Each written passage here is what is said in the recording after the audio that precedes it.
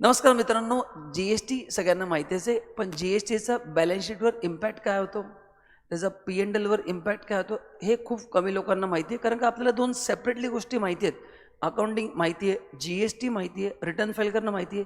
पण जेव्हा तुम्ही कंपनीत काम करता, तुम्हाला दोन्ही एकसाथ करावं लागतात, तर त्याचा इम्पॅक्ट काय होतो आणि तुम्ही जेव्हा असं काम कराल, तेव्हा काय काय गोष्टी लक्षात ठेवणं गरजेचं आहे, तुम्हाला डिटेलमध्ये सांगणार आहे. हा व्हिडिओ अत्यंत महत्त्वाचा आहे. शेवटपर्यंत नक्की बघा. चला तर मग पुढे जाऊयात. आजच्या व्हिडिओमध्ये आपण 3 गोष्टी कव्हर करणार आहे, की जी-एस-टी जेव्हा अकाउंटिंग होतं, कुठले लेजर मेंटेन केले जातात, त्याचा बॅलन्स शीटवर इम्पॅक्ट काय होतो आणि काय काय कॉमन मिस्टेक्स आहेत ज्या तुम्ही तुमच्या ऑफिसमध्ये तुम्ही जर प्रॅक्टिस करत असाल, तुम्ही जॉब करत असाल, तर त्या अवॉइड करायच्या, जेणेकरून काही लीगल इश्यूज नाही येणार. तर चला तर मित्रांनो पुढे जाऊयात आणि ही सिरीज तुमच्यासाठी घेऊन आहे आय-टॅप पुणे. तुम्हाला असं आणि अशा मी भरपूर व्हिडिओ बनवत असतो, तर तुम्हाला व्हिडिओज आमचे जुने नसतील बघितले तर जरूर बघा. आमच्या चॅनलला व्हिडिओला लाईक करा, चॅनलला सबस्क्राईब पण करा. चला now why this topic important, हे पॉईंट बघा. GST directly affect balance sheet, P and L account, party ledger, tax payable and ITC. Basically GST सगळ्यात महत्त्वाचं काय आहे, कारण का त्याचं आपल्याला इनपुट टॅक्स क्रेडिट क्लेम करायचं असतं है ना. That is very important. म्हणून जी-एस-टीचं अकाउंटिंग परफेक्ट करणं गरजेचं आहे. आणि तुम्ही जर ते बरोबर नाही केलं तर काय होऊ शकतं, रॉंग फायनान्शियल स्टेटमेंट बनतील, ऑडिटर तुमच्या क्वेरीज काढेल आणि तुम्हाला जी-एस-टीच्या नोटिसेस येऊ शकतात. These are the 3 possibilities which may happen. बरोबर आहे का बघा. येस. चला तर मग समजून घेऊयात वन बाय वन, की जी-एस-टीचं अकाउंटिंग कसं होतं आणि त्याचा इम्पॅक्ट कसा होतो. बेसिकली मित्रांनो, आपण जेव्हा जी-एस-टी पे करतो, it's a difference between GST collected on my sales and GST paid on my purchases. ज्याला आपण म्हणतो output GST and input GST. म्हणजे इन सिम्पल वर्ड्स, समजा मी आउटपुट जी-एस-टी कलेक्ट केला आहे ₹100 आणि माझा इनपुट जी-एस-टी असेल ₹75. So how much is payable? 25. This is on my sales, this is on my purchase, and this is my payable. So this is on sales, this is on purchase, and this is my payable. एवढं तुम्हाला नक्की माहिती असणार आहे. फक्त याचं accounting कसं करायचं कंपनीमध्ये किंवा तुम्ही क्लायंटसाठी जर तुम्ही प्रॅक्टिस करत असाल, तर आज तुम्हाला डिटेलमध्ये सांगणार आहे. चला तर मित्रांनो पुढे जाऊयात. नाव पहिलं, अकाउंटिंगमध्ये किती अकाउंट्स तुम्हाला सेपरेट करावं लागतील. अच्छा, आपला जो इनपुट जी-एस-टी आहे ना, तो आपल्या ॲसेट साईडला येतो आहे ना. जी-एस-टी इज नॉट एक्सपेन्स आहे ना. तो जो तुमचा आउटपुट जी-एस-टी तो लायबिलिटी आहे, कारण का तो तुम्हाला गव्हर्नमेंटला पे करायचा आहे. पण इनपुट जी-एस-टी तुमचा ॲसेट आहे, की कारण तुम्ही ऑलरेडी ते पैसे देऊन बसले आहेत समोरच्या पार्टीला, ज्याचं तुम्ही नंतर सेट ऑफ घेणार आहेत. पहिले लक्षात ठेवा, input GST is like a asset. Okay. हे जे 3 अकाउंट तुम्हाला ओपन करायचे आहेत, इनपुट सी-जी-एस-टी, इनपुट एच-जी-एस-टी आणि इनपुट आय-जी-एस-टी. बरोबर आहे. आणि लायबिलिटीला 3 येतील, आउटपुट सी-जी-एस-टी, आउटपुट एच-जी-एस-टी आणि आउटपुट. खूप लोकांना पहिलं वाटतं की जी-एस-टी हा एक्सपेन्स आहे. नो, जी-एस-टी जो आहे तो आपण कलेक्ट करून पे करतो गव्हर्नमेंटला, आपल्या खिशातनं पे नाही करत. बरोबर ना. तो एक्सपेन्स नाही म्हणता येणार, मी समोरनं कलेक्ट करून भरतोय. M I right. ₹1 माझ्या खिशातला जात नाही आहे. दिस इज हाऊ इट वर्क्स. तर हे पी-एन-एलला काय येणार आहे तुम्हाला मी नंतर सांगेल. आत्ता फक्त एवढं लक्षात ठेवा. की 2 आपले अकाउंट्स कुठले ओपन करायचे, जेवढे इनपुट्स आहेत ते ॲसेट साईडला, जेवढे आउटपुट्स आहेत तेवढे लायबिलिटी साईडला. आणि लास्ट असणार आहे GST payable. What is the formula? Difference between output and input, जे आता तुम्हाला मी दाखवलं. This is my output and this is my input. Suppose हे ₹100 आहे आणि हे 81 आहे. या दोघांचा डिफरन्स किती येणार? ₹19. 100 मायनस 81, हे ₹19 मी पे करणार. That is my output GST, जो माझा पेबल आहे. And that is recorded to electronic credit ledger. ठीक आहे. हे लेजर्स बनतात. जसं आपलं लेजरचं नाव वेगळं आहे, government maintain your records and that is called as a electronic credit ledger. ठीक आहे. पेबलसाठी असतं लायबिलिटी लेजर आणि तुमच्या आय-टी-सीसाठी असतं इलेक्ट्रॉनिक क्रेडिट लेजर. हा जो तुमचा आय-टी-सी पार्ट आहे, हा रेकॉर्ड होतो इलेक्ट्रॉनिक क्रेडिट लेजर. जो पेएबल आहे पार्ट हा रेकॉर्ड होतो इलेक्ट्रॉनिक लायबिलिटी लेजर, आणि जो तुम्ही पे करता तो आपण कॅश लेजरमधून पे करतो. दोन प्रकारे पे करू शकतो. तुम्ही ITC वापरू शकता आणि कॅश लेजरमधून पण पे करू शकता. सो असे बेसिक आपल्याला काय करायचे, एवढे मेन 6 लेजर बनवायचे. 7वं लेजर पेएबल असेल. त्यानंतर ह्या झाल्या बेसिक जर्नल एंट्रीज, एकदम सिम्पल. इमॅजिन करा तुम्ही 1 लाखाचे मटेरियल परचेस केले ज्याच्यावर CGST HGST 9% आहे.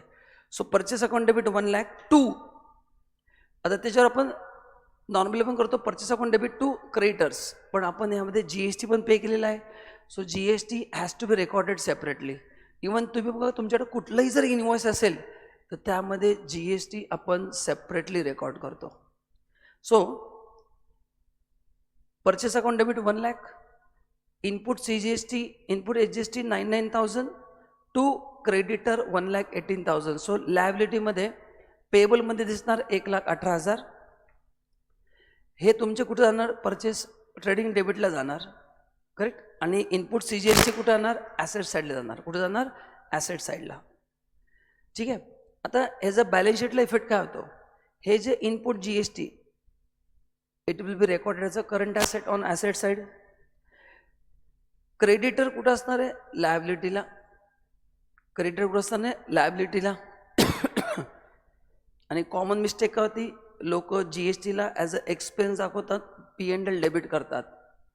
GST आपला खर्च नाही आहे, आपण कलेक्ट करून गव्हर्नमेंटला पे करतो. तुमच्या खिशातनं 1 रुपया जात नाही आहे. So it cannot be your expense, it cannot be debited to P&L account.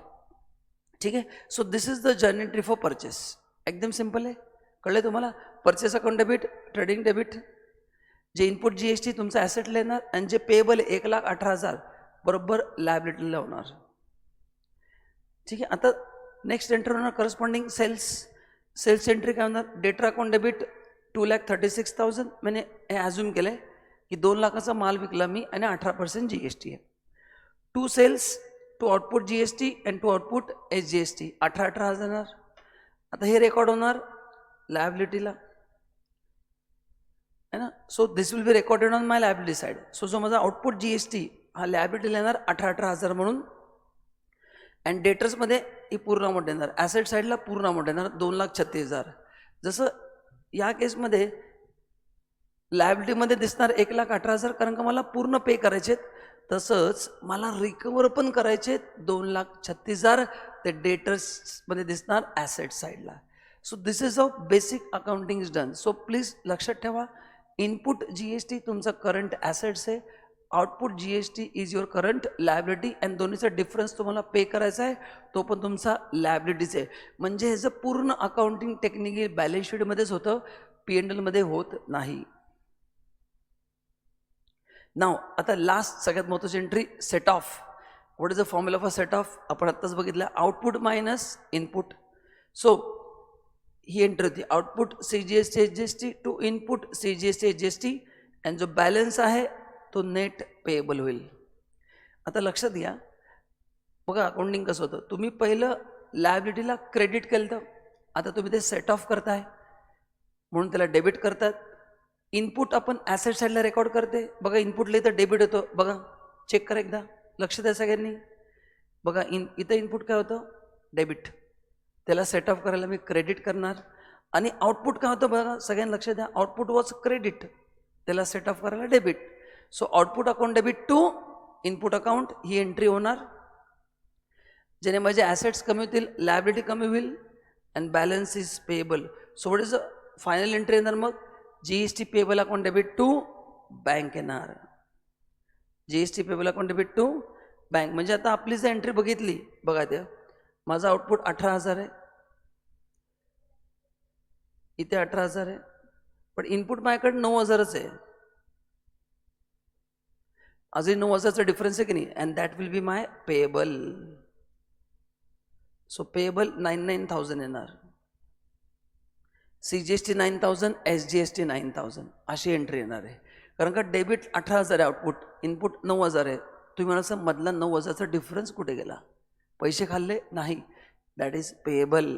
So हा जो 9,000 आहे तो आपल्याला गव्हर्नमेंटला पेएबल करायचा आहे. So payable is credited because it's my liability. त्याला सेट ऑफ करायला पेएबल काय होणार, डेबिट होणार.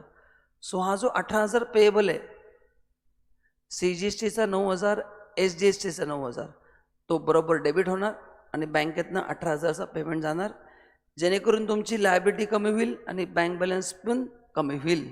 सो मित्रांनो, ह्याला म्हणतात GST अकाउंटिंग. ओके, तो काय काय लक्षात ठेवायचं, input GST balance sheet asset साईडला असतात, output GST on liability side. Setup करून जे पेएबल असेल ते लायबिलिटीला येतं आणि ते पे केल्यानंतर नलिफाय होतं. एक्झॅक्टली अपोजिट तुमचा रिफंड आला तर तो ॲसेट साईडला असतो. जसं इन्कम टॅक्स रिफंड TDS आपण ॲसेट साईडला रेकॉर्ड करतो, GSTचा रिफंड पण ॲसेट साईडला रेकॉर्ड करतो, कारण तो आपल्याला कलेक्ट करायचा आहे गव्हर्नमेंटकडून. Okay, so asset side inputs असतात, लायबिलिटी साईड येस. आणि सगळ्यात महत्त्वाचं, आता P&Lला कोणता GST येतो, जो ब्लॉक क्रेडिटवाला असतो ना. व्हॉट इज ब्लॉक क्रेडिट, ज्याचं आपल्याला क्रेडिट नाही मिळत. जसं मी कंपनीमध्ये कार परचेस केली, कारचं मला क्रेडिट नाही मिळत, सो कारच्या कॉस्टमध्ये GST इन्क्लूड असतो, तो सेपरेट नाही होत, मग तो P&Lमध्ये होतो. तो टेक्निकली कुठला GST P&L येतो, विच इज ब्लॉक्ड, ज्याचं आपल्याला क्रेडिट नाही मिळत. क्रेडिट म्हणजे ज्याचं आउटपुट मायनस इनपुट नाही होऊ शकत, तोच बरोबर डेबिटला येतो. सो ज्याचं मला ITC नाही मिळत, जो माझा ब्लॉक क्रेडिट आहे, तो फक्त P&L येतो, अदरवाईज कुठलाही P&Lला येत तर नाही. तर असंच मित्रांनो GSTचं अकाउंटिंग केलं जातं. सो मित्रांनो, तुम्हाला मी फक्त एक 10 मिनिटाच्या व्हिडिओमध्ये एवढ्या सगळ्या गोष्टी सांगितल्या. तर आता इमॅजिन करा, तुम्ही ITABचा GST कोर्स जॉईन केला, 1 महिन्याचा कोर्स आहे, जवळजवळ रोज 1 ते 1.5 तास क्लास चालतो. जस्ट इमॅजिन तुमचा नॉलेज किती स्केलअप होईल. तर तुम्हाला जर हा कोर्स करायचा असेल तर आमच्या इन्स्टिट्यूटला कॉन्टॅक्ट करा. And before I close my session, काही मिस्टेक्स होतात त्या तुम्ही करायच्या नाही आहेत. पहिला, GSTला तुम्ही ॲज अ एक्सपेन्स ट्रीट नाही करायचं unless it is block credit. काही लोक सेपरेट लेजर नाही बनवत, त्यांना वाटतं GST सेमच आहे, असं नाही. CGST, HGST, IGST सगळे सेपरेट लेजर बनवायचे. ITCचं क्लासिफिकेशन म्हणजे इंटरेस्ट बरोबर करायचं. बॅलन्स शीटचे डिटेल्स आणि रिटर्नचे डिटेल मॅच झाले पाहिजेत.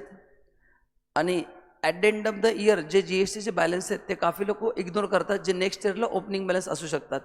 तर या काही कॉमन मिस्टेक मी ऑब्झर्व केलेल्या आहेत based on my practical experience. तर या मिस्टेक तुम्ही अवॉइड करायच्या, जर करत असाल तर. नसेल करत तर परफेक्ट त्याच आहे. आणि मित्रांनो, जसं मी सांगितलं की तुम्ही जर आमचा कोर्स केला PBA, this is the salary difference in first year it self.